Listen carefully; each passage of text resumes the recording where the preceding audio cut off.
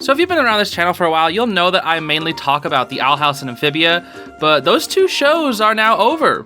And it's kind of hard to think about, but people are talking about newer shows now. And one of the biggest shows that I keep hearing people talk about is The Ghost and Molly McGee. And I've actually been wanting to make a video on this for a while now, and I didn't really know where to start. Similarly to Big City Greens, when I talked about some of their episodes, I didn't really know where to start. Like, did I talk about season 1? I decided eventually to talk about like the newest season 3 episodes and go over a couple of the episodes that I really enjoyed. And I'll probably make some more videos on Big City Greens in the future because I've yet to finish season 3 and I'd really like to. But The Ghost and Molly McGee has recently started up their second season, and I gotta say, I really like the direction they're taking. I've only seen about 4 episodes, or I guess 4 complete episodes. Technically, the show has like 2 episodes in one. You know the thing, the 11-minute episodes split into 2 things. You know what I'm talking about. But I've seen those first 4, and from what I've seen, I love. And I've actually seen the entirety of season 1. I liked it. I don't think there was anything super standout. People really liked the season finale.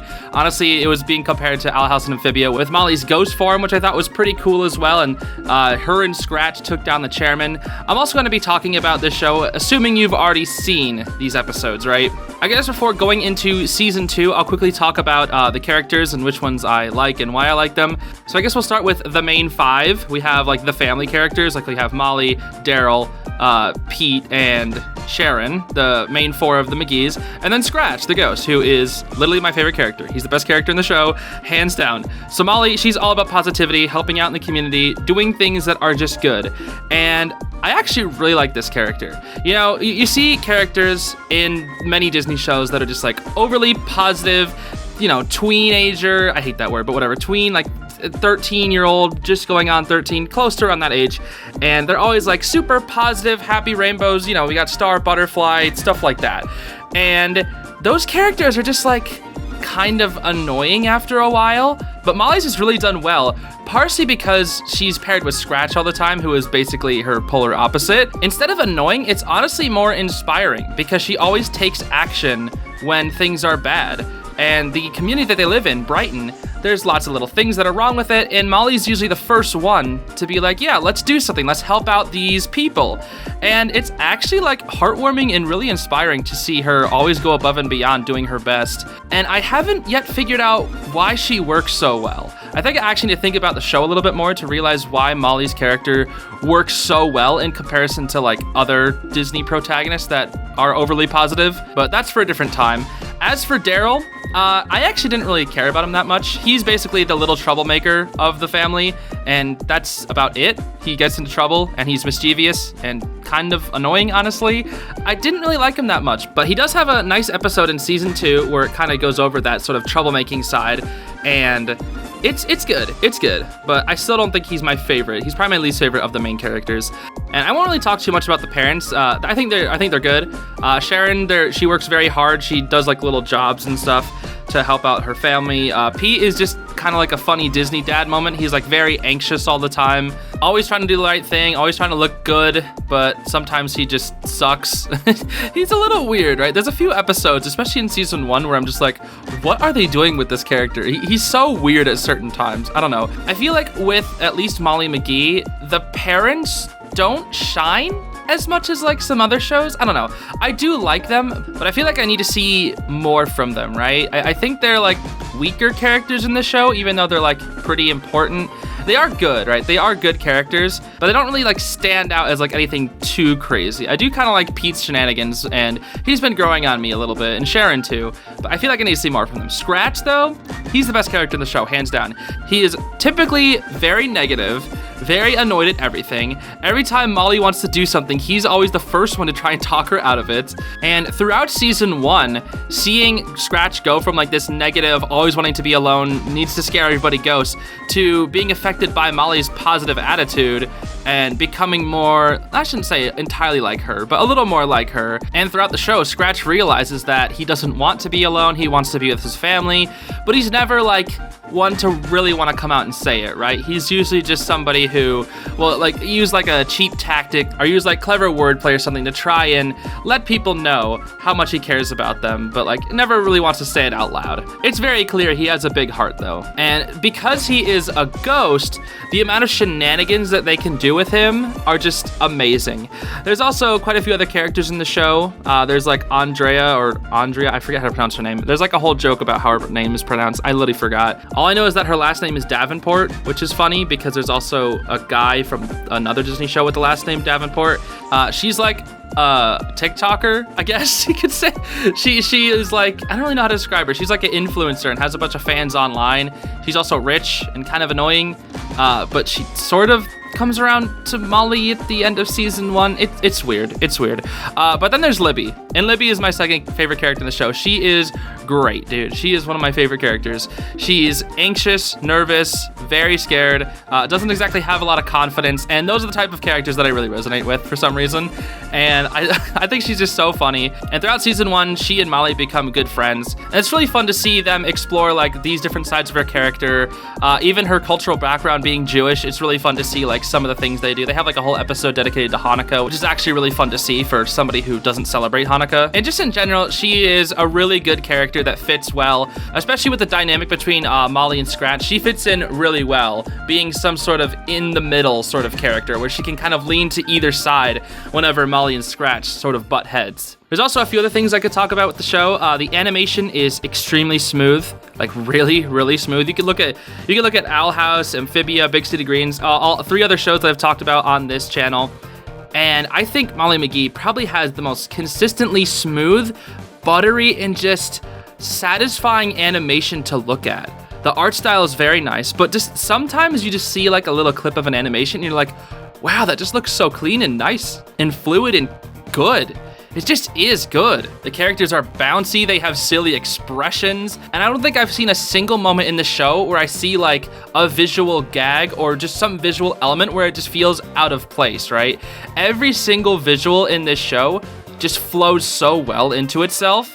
And I don't really know how to describe it because I'm not exactly a pro at knowing and recognizing animation tactics or anything. But just from like a somewhat casual visual perspective, it just flows like butter constantly. And it feels so good to watch just visually. And I don't really know how to describe it other than that.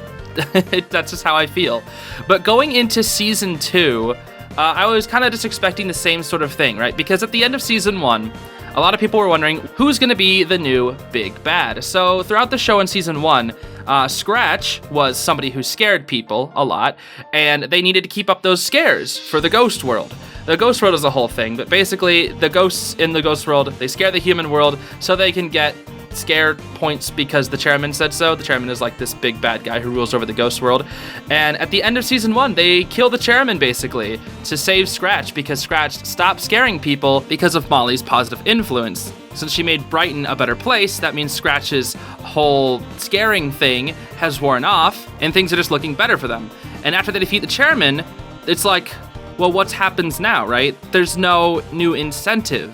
And it just kind of felt a little awkward going into season 2 because a lot of people were like, well, now that the chairman's gone, what's the point? There's no threat in the ghost world. Now what do we do? And that is where season 2 introduces a lot of new changes. The first episode does a really good job of this. They introduce a new family across the street, and they are basically the perfect lineup for the McGee's. And they are called the Chens. And basically, each of the characters sort of resonates with each other. The dad's bond, the mother's bond, the older siblings bond, and then the younger siblings bond with each other. They each bond with their like respective, I guess, counterpart. And this first episode does such a good job of setting up what season 2 is going to be like. So you have this new family that's moved in across the street to introduce 4 new characters for our main 4 characters to sort of play off of. There's even a crush that Molly develops on Ollie, the boy who lives across the street. So now they're able to explore the romantic side of the characters. And then while this is happening, the ghost world is up in shambles because they don't have a leader anymore. And basically the rest of the Council of Ghosts, they just chill in the McGee's home, basically bothering Scratch, saying, hey, you need to become the new chairman and since you defeated the old one, that's how it works. And knowing Scratch, he doesn't want the responsibility, so he just keeps telling all the council to just go do your own thing, all the things that you want to do in your life, go do that instead and stop bothering me. And so far, while I was watching this, I was really, really surprised at how well they continued off the finale and are setting up season 2. It's a really good introduction to the season, I have to say, because this show is mainly an episodic one. You know, it's not entirely episodic. There are still a few plot points that happen, like throughout season 1, you know, Brighton gets happier and gets less scary, which is what they don't want to have happen. At the end, it's all confronted with this chairman guy. And then in season 2, it immediately continues where we left off, where it's like, okay, well, now without a leader, what the heck does the ghost world do? And now that there's no new threats in the human world, we have to introduce a new threat. And that is where this new neighboring family comes in. Turns out, they're ghost hunters. And they had no idea about this at first, so they invited them all over to like a picnic, and now they have to deal with the fact that they know that this entire family are ghost hunters. And that's really bad, obviously, because Scratch lives with the McGee's and is basically part of their family. So now they have to help defend Scratch while also looking good in front of their new neighbors. So they're basically trying to play to both sides. And that causes so much chaos, and it's just so fun to watch. It really is. At the end of the episode, Scratch eventually caves in and takes over the chairman's job. He becomes the new chairman. He is literally the new lord of the ghost world, which is an interesting decision, which I was like, huh, they're actually doing that? I figured he would just pass it off to somebody else, but no, they're actually making him the leader of the ghost world. And he doesn't even have any responsibilities. He says, as the leader of the ghost world, he says, pretty much do whatever you want, just don't get me involved. And it's so funny. Like, there's nothing else that he has to worry about. And I'm wondering if Scratch's poor leadership is actually going to end up biting him in the back later in this season. I honestly doubt it, but we might see something like that return, because the ghost world, after this first episode, doesn't really seem as prominent, right? The main thing that we have going for the danger in these episodes is this new family with the ghost hunters. But what I do like is that they keep expanding on the ideas that they already have. So one thing that they did in season 1 was they introduced the fact that wraiths, I think is what they were called, could exist, where basically the soul in the body of a human can become disconnected. So they use this in a future plot point for Daryl, the younger brother, where he doesn't want to accept the punishment of one of his actions. So instead, he decides to leave his body behind, accept the punishment, and he has fun in his ghost form. And I just think that plays really well because it expands on the idea that what they introduced in season 1, and then they have new story elements with it, where Daryl goes through a bit of character development, finding out that his pranks do cause trouble for them, and even wonders if his family would love him more if he didn't get into trouble all the time. At the end of the episode, of course, he gets his body back and realizes that his family loves him just the way that he is, but they would like to see him get into trouble less. So it's a nice little moment of development for him, which makes me like his character a little more, but he's still not exactly my favorite character in the show. Another thing that I think they do better in season 2, at least so far, for my opinion, is I think the songs are better. So in each episode, there's usually a song, usually in the middle of the episode, that features like a montage or just a bunch of things that are happening in the episode focused on whatever that episode is about. And usually the songs, at least to me, are pretty hit or miss. I think there's like a whole compilation of songs on YouTube, and I was like, oh, okay, I'll watch this. And I just kept hitting the L button. If you don't know, the L button on YouTube skips. You could hit it right now and test it. If you press L on your keyboard, you just skip. I guess it doesn't matter if you're on mobile, but whatever. I just found myself pressing that so much because I was like, I just don't care about this song. I don't care about this song. I don't care about this song.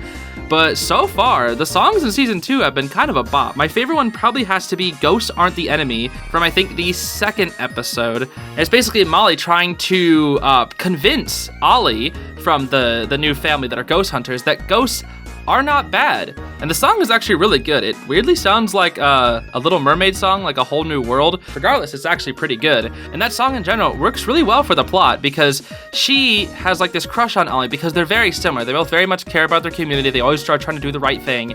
Like the only thing that's wrong with this guy is that he's a ghost hunter. And that is really bad because Molly's best friend, Scratch, is obviously a ghost. But every time he's on the screen, she's always trying to, be all happy, try and convince him that ghosts are good.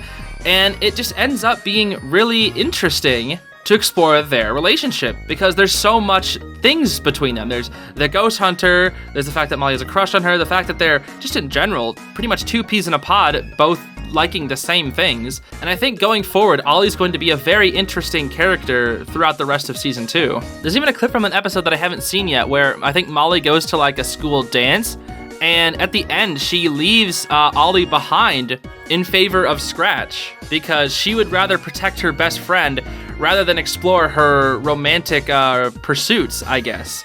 And I haven't seen the entire episode, so I can't really comment on it too much, but it just goes to show how interesting the relationship between Molly and Ollie could be. I just realized their names sound similar too. Jeez, these characters are literally the same. There's also just so many little funny gags with Scratch throughout all these episodes. He's just the funniest character.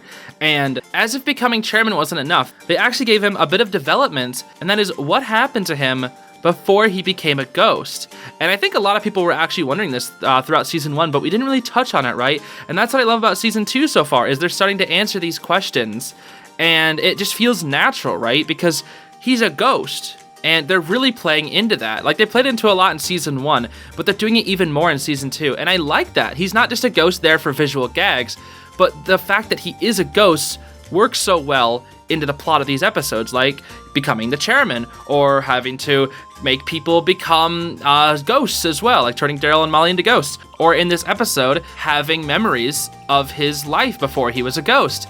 And throughout the episode, he like doesn't remember, and almost doesn't even want to remember, but he drinks this soda, and he remembers this girl that he was friends with, but only for like a very small moment. And I think people even reference that this girl is actually supposed to look like Beta Molly from like Beta Ghost and Molly McGee. I don't know if that's actually true, but I think I saw somebody comparing that, which I thought would actually be a cool touch, right? Because if you have your characters be redesigned, introducing this old character that Scratch used to know as your beta design for Molly is actually a clever idea to introduce that beta design. Again, I don't know how accurate that is, but if it is accurate, that's a pretty cool idea. But regardless of all that, I'm just really happy that we're getting so much exploration into these new ideas that the Ghost and Molly McGee has. And it made me realize that even after season 1, what they did as their finale, there's still plenty of ideas with this show. It hasn't run dry at all. And now a lot of people do like to say after season 3, shows start running out of ideas. And we're still in the middle of season 2. And typically season 2 and season 3 are usually considered for shows like these the best, right? Season 1 usually sets up a lot of the stuff, but they're still trying to find their footing, you know, the writers, the animators, everything. But then, like, once they get all that experience, they start learning what these characters are and what they want them to be. Season 2 gets to explore a lot of new things, and that's really what Molly McGee is showing. It's showing a lot of promise for this season, and so far, it's been really fun to watch, and I've only seen 4 episodes. And there's still plenty of stuff to talk about, right? Like, I think even the intro has been updated to where it now has Jeff at one point, and even though it's not, like, insanely like plot driven, there's nothing that's like a driving force at all times, like the chairman's gone, it just is fun to watch. It just is fun. I think there's actually a video on YouTube that I was originally going to title my own video, and I think it's just Molly McGee is really fun or something like that. And I was like, you know what, I was literally about to do the same thing, because it just is fun and works so well. And I haven't yet figured out why the show is just so enjoyable. I think it's definitely got to be the characters, because even though I said like the writing, the story, the animation, everything comes together really nicely, but I think the characters are what really helps it send home. And it's so weird because I even think some of the characters fall flat, which is strange because they're all still fun to watch. So even if you don't like some of the characters that much, you still like watching them and what they do. And I don't know why I'm so compelled to like just keep watching the show, even when there are some characters I don't like that are on screen. Like, let's say there's like a whole bit about a character I don't care about, I'm still gonna watch it, and I haven't figured out why I want to yet. And I think it's because those characters that I dislike are still really good characters. Like, they're not bad characters, they just aren't my favorites, I guess. And I think that's not something that you can say with a lot of shows, where you'll look at one show and you're like, well, I don't care about that character, I don't care about when they're on screen. But Molly McGee's characters are so strong that even the characters that you don't care about that much are still really fun. They're just so fun to watch, and I think that might be part of the reason, is that the characters are so strong that even the ones that you don't care about that much are still so fun to watch. You know, maybe it could be a mixture of the character animation, the expressions, the writers, and the vocal performances. Maybe all of that has some part into that as well. But the characters are just so strong. They really are, and so fun to watch constantly. And overall, the show is just fun. I would recommend it to anybody, really. And even though it doesn't like resonate to my core as hard as like the Owl House or Amphibia did, it definitely gets me excited every time I watch it. Like, I'm never gonna watch it and be like, I don't know, man. This ain't it. This ain't it, chief. Like, if I put this show on, I know I'm gonna have a good time watching it. And I think that's what's really good about it, is like you can never feel bored or something watching the show. I feel like I'll need more time to digest how I really feel about the show. But for now, all I can really say is that Season 2 is expanding really, really well on the ideas that Season 1 has set up. And I kind of just wanted to make this video to talk about the show, since I haven't really got the chance to do so yet. I guess one last thing I forgot to mention is the show is also just really strong when it comes to representation, whether that be from race to culture to even just awareness, I guess, in general. One thing is, like with neurodivergence, they just straight up say out loud, one of the characters just says, "I'm autistic." And it's like, you don't really see that in shows very often, right? You'll see where it's like hinted at, or like somebody is coded in a neurodivergent way, but you never really hear it like outright said too often, right? But Molly McGee is like, nah, let's just have this character say it. What's the point of beating around the bush when it's just something that's natural that some people have, right? It's not like it's a bad thing. It's not like it shouldn't be a taboo that we can't talk about. It's just a thing. And I like that. It just comes across so naturally. It doesn't feel forced or anything. And the show does a really good job about that. But again, I guess that's all I really wanted to say. Just, the show's good. Go watch it. It's a fun time. And definitely let me know what you think about it in those good old comments. And I guess I'll see you all later. Thank you all so much for watching, everybody. I hope you have a great rest of your day. Bye-bye.